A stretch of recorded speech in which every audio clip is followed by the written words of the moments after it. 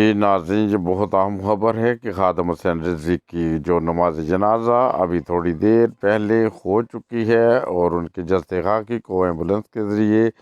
یادگار میں لے جایا گیا تھا، اور اس کے بعد بڑی کثرت کے ساتھ لوگوں نے شرکت کی، اور ابھی ان کی نماز جنازہ ہو چکی ہے۔ جب تک یہ آپ کو یہ پروگرام ملے گا، اور اسی کے ساتھ ساتھ آپ کو یہ بھی بتاتے چلیں کہ ان کے جسد خاکی کو لاہور میں ہی ان کی تدفین ہوگی، اور اسی طرح یہ بھی بتاتے چلیں کہ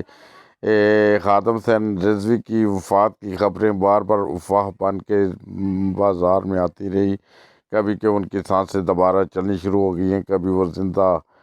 پھر زندہ ہو گئے ہیں۔ یہ ساری افواہیں تھیں، سارے جھوٹ پر مبنی تھے، اور اب جب کہ ان کی نماز جنازہ ادا کر دی گئی ہے، ابھی تھوڑی دیر میں انہیں سپرد خاک کر دیا جائے گا، اور یہ ساری صورتحال تھی جس سے آپ لوگوں کو آگاہ کرنا تھا۔ یہ تازہ ترین صورتحال تھی، اور اس نماز جنازہ میں بہت زیادہ کثرت کے ساتھ لوگ شامل ہوئے، اور ابھی کچھ ماہرین کا کہنا ہے کہ اس نماز جنازہ ادا کرنے کے بعد لاہور میں بڑی تیزی کے ساتھ کرونا پھیلے گا، کیونکہ اس بارے اہتمام نماز جنازہ کے کوئی SOP کا خیال نہیں رکھا گیا۔ جیسا کہ آپ دیکھ رہے ہیں، کراؤڈ بہت زیادہ تھا، بہت زیادہ لوگ اکٹھے تھے، اور جب بہت زیادہ لوگ اکٹھے ہوں تو کرونا وائرس کے پھیلنے کا بہت زیادہ خدشہ ہوتا ہے، اور اس تمام جو صورتحال تھی نماز جنازہ کے لیے جو لوگ اکٹھے ہوئے تھے، اس میں SOP کا خیال نہیں رکھا گیا، اور نہ ہی اتنے بڑے کراؤڈ میں رکھا جا سکتا ہے۔ تاہم کچھ ماہرین کا یہی کہنا ہے کہ ابھی لاہور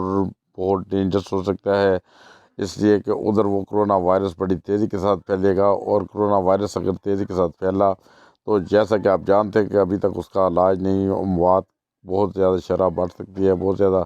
کثرت کے ساتھ اموات ہو سکتی ہیں۔ یہ ساری صورتحال تھی جس سے آپ کو آگاہ کرنا تھا، اور اسی کے ساتھ پھر آپ کو ایک دفعہ بتاتے چلیں، ابھی تھوڑی دیر میں خادم حسین رضوی کے جسد خاکی کو ہمیشہ کے لیے خدا تعالیٰ کے سپرد کر دیا جائے گا، یعنی ان کی تدفین مکمل ہو جائے گی، اور پھر یہ